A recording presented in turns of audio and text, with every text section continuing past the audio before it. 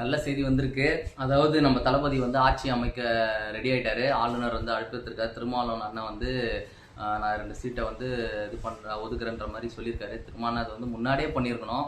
ஏன்னா தாழ்த்தப்பட்ட மக்களுடைய அவர் குரல் கொடுத்து தான் வந்து திருமாவளவன் வந்து இவ்வளோ தூரம் வளர்ந்து வந்திருக்காரு. ஏழை மக்களும் தாழ்த்தப்பட்ட மக்களுக்கும் அவ்வளோ குரல் கொடுக்குற ஒரு பர்சன். அவர் இவ்வளோ டிலே பண்ணதுக்கே வந்து ஏன் தெரியல, பரவாயில்ல இருக்கட்டும்.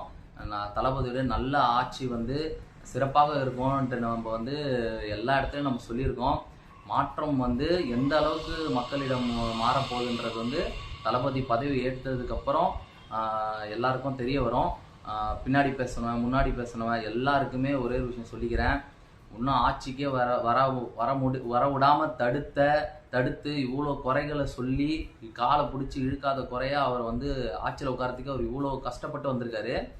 இந்த இந்த இந்த கஷ்டம், அவர் பட்ட கஷ்டம், அவர் எவ்வளோ அளவுக்கு வழிகள் மக்களுக்கு நீங்கள் கொடுத்த வழிகள் அது எல்லாத்தையுமே வந்து அவர் திருப்பி சரியான ஒரு அடியாக கொடுப்பாருன்றத நான் வந்து இங்கே பதிவு பண்ண விரும்புகிறேன்.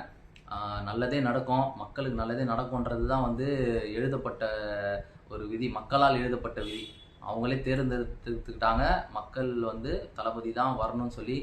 அதுக்கு இவ்வளோ நாள் ஆயிடுச்சு அவர் தளபதி பதவி ஏற்கிறதுக்கு. எல்லாரும் வந்துட்டு ஜோசப் விஜய் அவர்கள் சிஎம் அப்படின்ற ஒரு வார்த்தைக்காக உலகமே எனக்கு தெரிஞ்சு வெயிட் பண்ணிட்டு இருக்கோம்னு நான் நினைக்கிறேன்.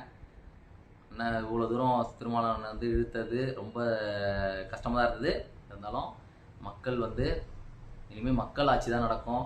இனிமேல் மக்களுக்கான ஆட்சி, மக்கள் விரும்புகிற ஆட்சி. தளபதி விஜய் அவர்களுக்கு கோடான கோடி நன்றிகள்.